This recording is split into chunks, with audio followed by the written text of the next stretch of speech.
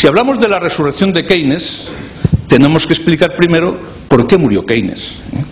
Y para ello vamos a basarnos en cuáles fueron las aportaciones fundamentales de Keynes a la política económica. La base de la política económica keynesiana está basada en la consideración de que la variable fundamental que mueve la actividad económica es lo que él identificaba como la demanda global. Y esa demanda global está formada por la demanda de bienes de consumo de las familias, por la demanda de bienes de inversión de las empresas, por la demanda del sector público a través del gasto público y por la demanda de los mercados internacionales a través de las exportaciones. Esta sencillita fórmula de un economista que nace en 1883, curiosamente el mismo año en que nace otro magnífico economista, digamos, a nivel mundial, como es Schumpeter, o sea, realmente Schumpeter y Keynes nacen en el mismo año, pues realmente de hecho escribe en 1936, de infausta memoria para, digamos, nuestra historia, pues escribe su teoría general. Y entonces lo que plantea básicamente es cómo con esta formulita tan elemental se pueden combatir los dos problemas fundamentales de cualquier economía, que son el desempleo y la inflación. ¿Y qué es lo que dice Keynes respecto de cómo combatir el desempleo?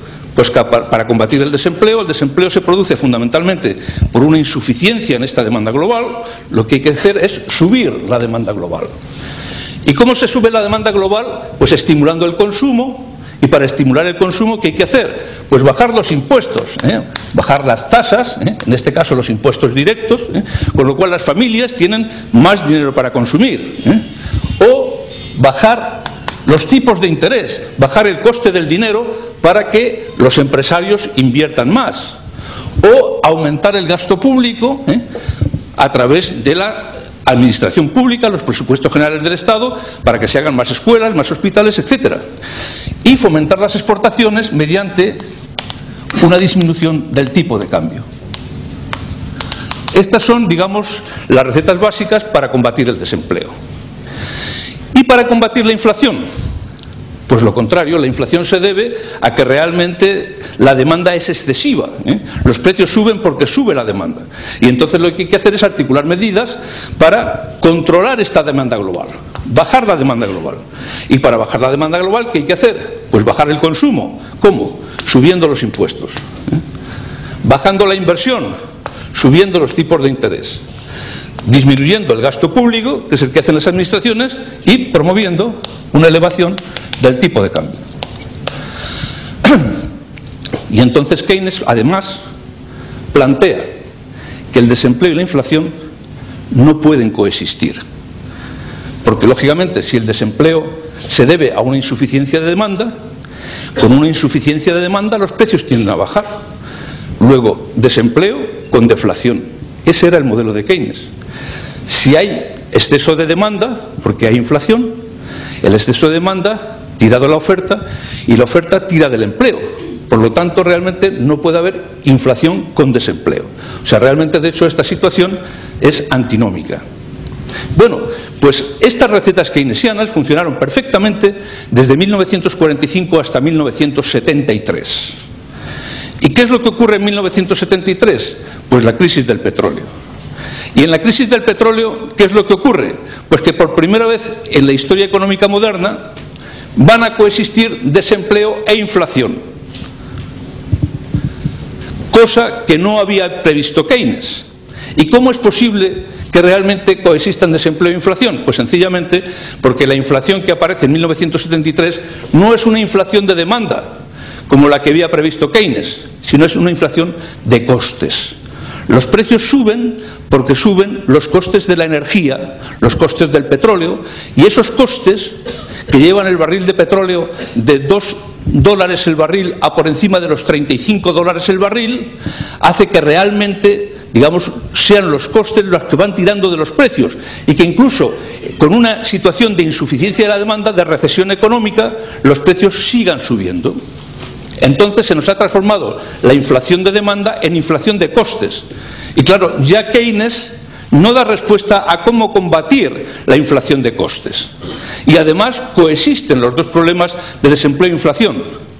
Y Keynes queda arrinconado. Las políticas keynesianas son sustituidas por las políticas liberales, fundamentalmente de Milton Friedman, las denominadas políticas de oferta, que consideran que el presupuesto, digamos, público debe ser neutral, ingreso igual a gasto público, que solo se deben manejar los tipos de interés para manejar la economía y que, sobre todo, el énfasis debe pasar de lo macroeconómico a lo microeconómico. Es decir, si vamos a combatir los costes de producción se combaten a nivel de empresa.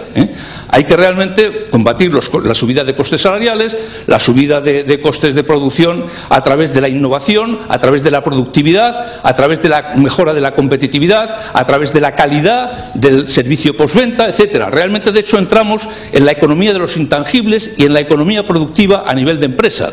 Por lo tanto, realmente nos encontramos con que el énfasis de las políticas económicas pasa de lo macro a lo micro. Milton Friedman realmente se convierte, digamos, en la referencia de la política económica y Keynes queda arrumbado. Muerte de Keynes.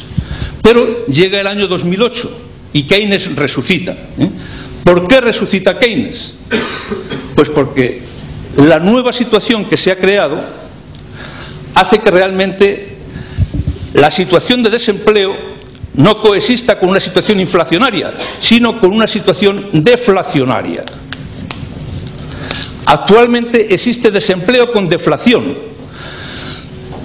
El paro coexiste con una bajada de los precios y la deflación puede ser tan peligrosa como la inflación. Porque realmente la deflación, si realmente genera una expectativa de que los precios van a ir bajando, se demora el consumo y además los precios pueden bajar tanto que bajen por debajo de los costes de producción y entonces si los precios bajan mucho las empresas entran en pérdidas y realmente de hecho se corre un riesgo económico extraordinario.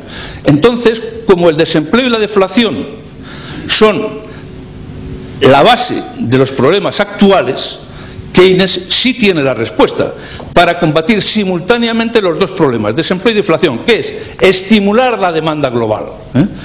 Y entonces las recetas están claras. Si lo que tenemos que hacer es estimular la demanda global, pues entonces vamos a bajar impuestos, vamos a bajar tipos de interés, vamos a subir el gasto público y vamos a procurar una disminución de nuestro tipo de cambio para hacer más competitivas las exportaciones. Y estamos matando dos pájaros de un tiro. Keynes ha resucitado. ¿Cuáles son, y con esto voy a terminar ya, las limitaciones del modelo keynesiano en estos momentos? Pues las que estamos viendo en España, que realmente no es lo mismo luchar como ocurría en la época anterior de Keynes, donde el problema fundamental era la inflación, porque durante los años 50 y 60 había una situación práctica de pleno empleo. Porque luchar contra la inflación exige medidas presupuestarias, como veis, de subida de impuestos y bajada del gasto público. Por lo tanto, realmente, de hecho, se trata de presupuestos restrictivos, disciplinar el gasto público y aumentar impuestos. No hay déficit público, no hay deuda pública. Sin embargo, si vamos a luchar contra el desempleo y la inflación, el problema está en que con la bajada de impuestos y la subida del gasto público estamos generando déficit público y deuda pública. Y además, en la situación actual, países como España, todos los integrantes de la Unión Europea, ya no pueden utilizar los instrumentos de política monetaria que utilizaba antes Keynes, porque ya España no tiene control ni sobre los tipos de interés ni sobre el tipo de cambio. Por lo tanto, los únicos instrumentos de política económica de que dispone en estos momentos un país de la Unión Europea son los instrumentos fiscales, impuestos y gasto público. Y claro, si realmente viéramos un mundo independiente y España no estuviera en el euro ni estuviera en la Unión Europea, pues posiblemente pudiéramos indefinidamente mantener una política de bajada de impuestos y subida del gasto público, aumentando el déficit y aumentando la deuda pública indefinidamente. Pero estamos en el euro y hemos firmado un pacto de estabilidad. Y esto supone que realmente, de hecho, la Unión Europea nos obliga a disciplinar nuestro gasto público y nuestra deuda pública. Y entonces realmente no podemos utilizar políticas expansivas desde el punto de vista fiscal indefinidamente. Y esto es lo que realmente el escenario en el que actualmente nos encontramos. O sea, desde el punto de vista del empleo, con un 20% prácticamente de desempleo, España necesitaría políticas expansivas sostenidas en el tiempo, con bajadas de impuestos y subida del gasto público para estimular la economía.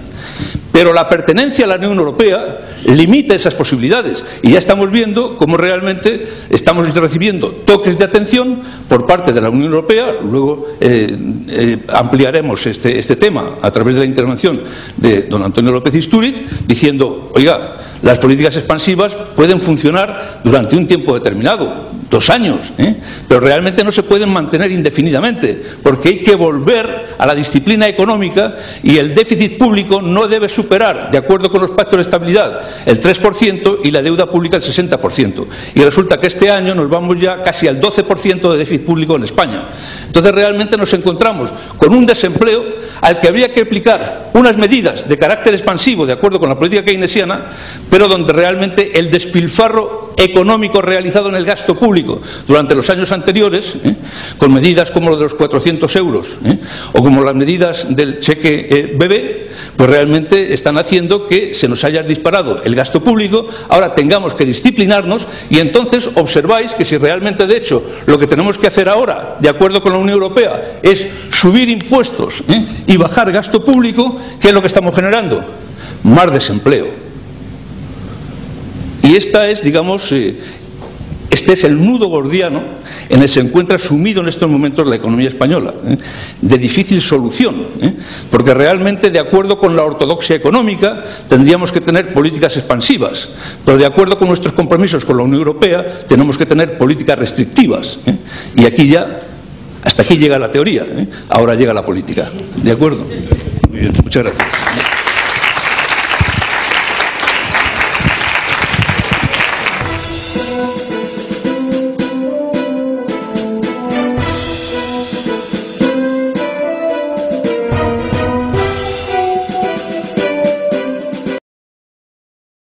De las familias, por la demanda de bienes de inversión de las empresas, por la demanda del sector público a través del gasto público y por la demanda de los mercados internacionales a través de las exportaciones.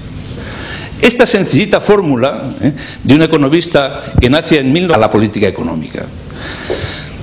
La base de la política económica keynesiana está basada en la consideración de que la variable fundamental que mueve la actividad económica es lo que él identificaba como la demanda global.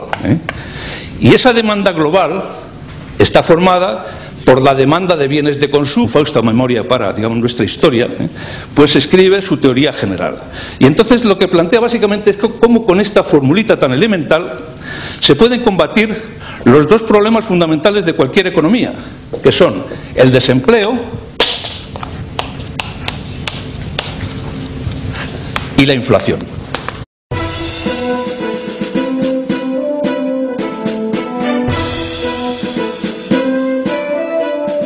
Si hablamos de la resurrección de Keynes, tenemos que explicar primero por qué murió Keynes.